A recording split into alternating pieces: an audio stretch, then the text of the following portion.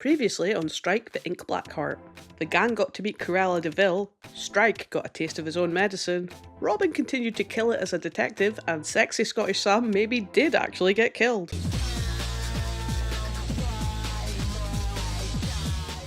After the drama of last episode, Ormond goes to presumably take the mobile phone off of Barclay's unconscious body, but he's nowhere to be seen, so he retreats to his car, only to discover why you A. don't start fights with anyone from Glasgow, and B. you especially don't start fights with a Ouija who's ex-army. It's implied both in the book and the show that Ormond abused Edie, so I'm happy to see him getting arrested for attempted murder here. He deserves some consequences. As Strike suspected, Ormond was full of it during their interview, and DCI Dick rips him apart in the interrogation room, getting him to admit to tracking Edie's phone to stalk her because he's not just a punchable face, he's also a horrible little turd. He was feet away from the murderer and the phone they dropped could have had prints on it, but because of him the murderer got away. Also, this pathetic little man could maybe make some money off of what was on Edie's phone. Animate invites Buffy Paws to Comic Con, pretty much demands she attends. Robin realises that annoying Yasmin will be there and she pulls Venetia Hall out of the cupboard to interview her about the fan book she's writing. Who's taking one for the team and writing the Strike fandom book then? Anyone? Strike tells DCI Dick how to do detective type stuff.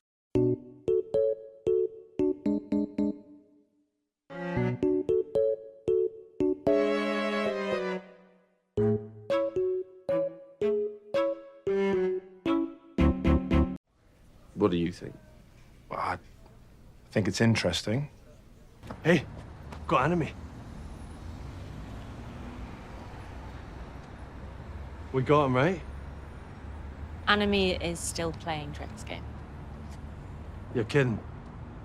What, that was just some everyday prick trying to kill me? That was just some everyday prick trying to kill me is a contender for funniest line in the show so far. Speaking of pricks, Edie's uncle is in the office like he's important or something. My money that's paying for all of this? Is it? Is it your money or is it Edie's? Not to be outdone by Barclay's hilarity, Pat drops this banger. Have you got anything stiffer? I did offer him a biscuit. Moving her back to the top of the funny lines leaderboard, and then this one.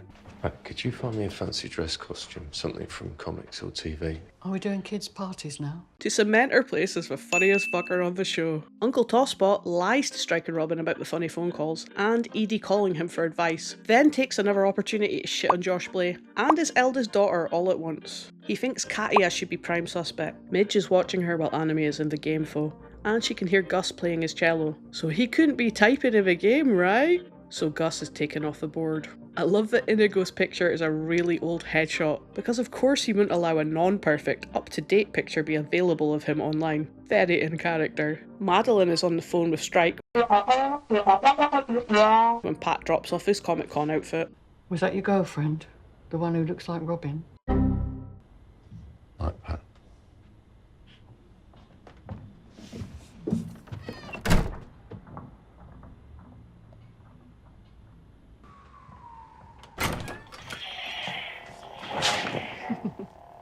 Well done, you got the colour right. Well, I'm a professional. Can I have a go? No, it's mine. Strike. let her play with your lightsaber. Robin has found Jago's daughter's social media posts, and they're about him being abusive towards his kids. Robin actually gives a shit about his kids, and thinks this job is worth doing besides for protecting the agency thing, because she's the best and I love her. This was an accurate depiction of the banter at conventions. Also, I need all of the IBH merch like yesterday. Venetia meets the annoying Yasmin, moderator of Drek's game and former PA to Edie Ledwell. Yasmin is physically incapable of shutting up and chucks clues at Robin like those rappers throwing money in music videos. She drops the facts that Moorhouse and Paperwhite are an item, Findy likes peacocks, football, has a sick mum, and knows who Moorhouse is IRL. That Paperwhite sent nudes to all the mods she thought were men, and most importantly, the mod who leaked Edie's fake files can't be a racist because he is black, and she knows that because he told her so.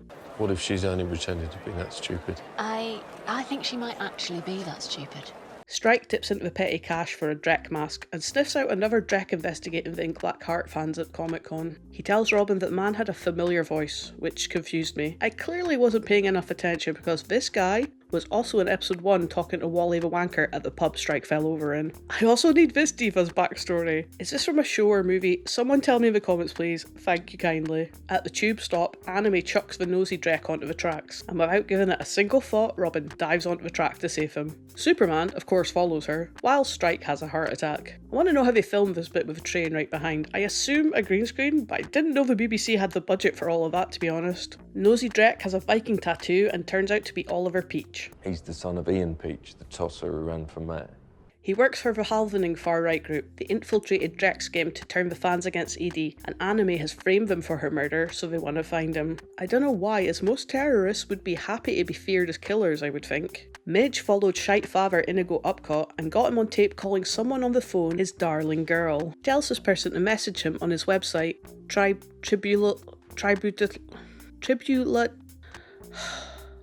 Fuck it, just play the clip of Strike saying it. Tribulationum.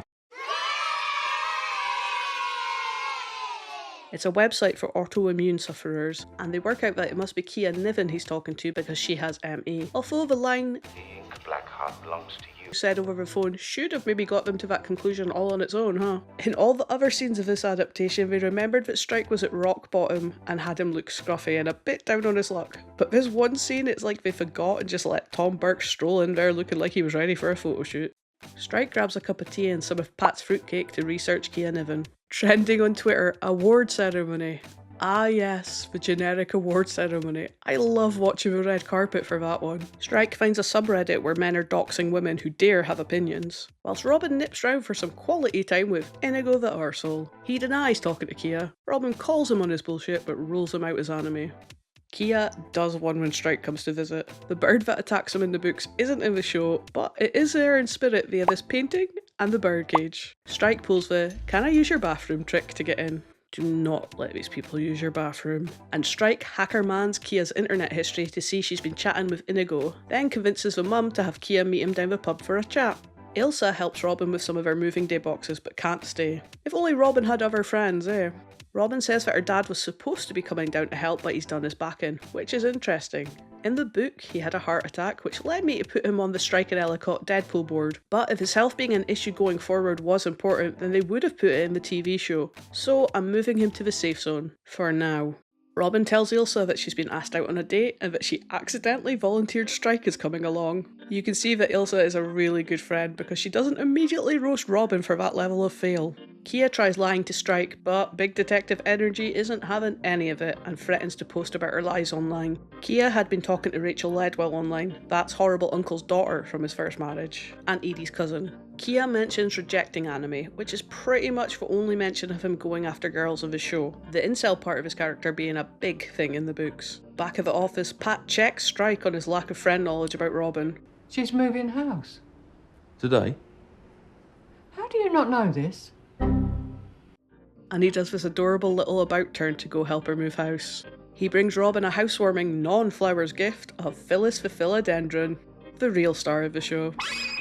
While talking, Robin and Strike work out that Rachel Ledwell fits everything they know about Fiendy, the game mod who knows Moorhouse's real identity. Robin is ready to sack off the house move, jump in the Landrover of Love, and head to Leeds immediately. But Strike points out they should have a cute sleepover first. That's what he said, right? Right?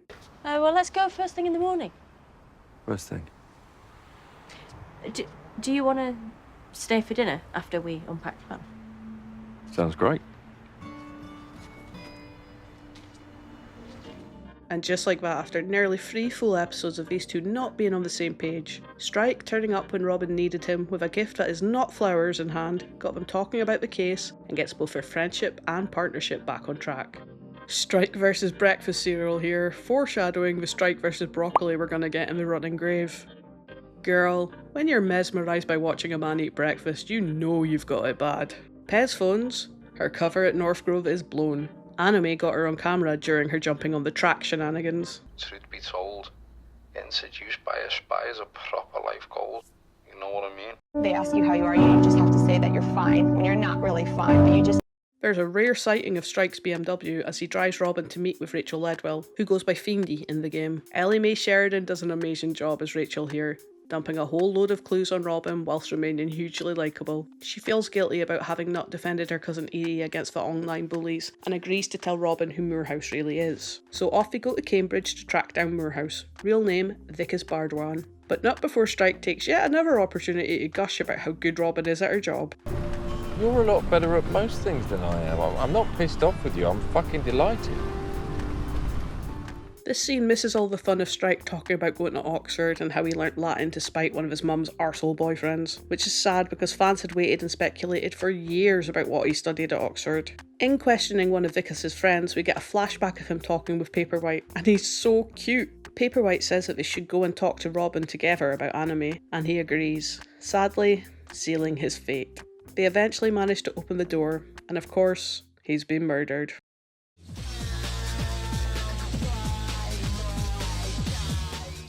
This episode, Sam Barkley got to shine. Pat continued to be hilarious, and there were lots of Strellicott banter moments. Add all of that to the adorable scenes of Robin and Strike being domestic cuties, and this episode has all the ingredients to being a fan favourite. Robin getting to put the horrible Inigo in his place and punchable-faced Orman going to jail were just the icing on top of a perfect episode cake for me.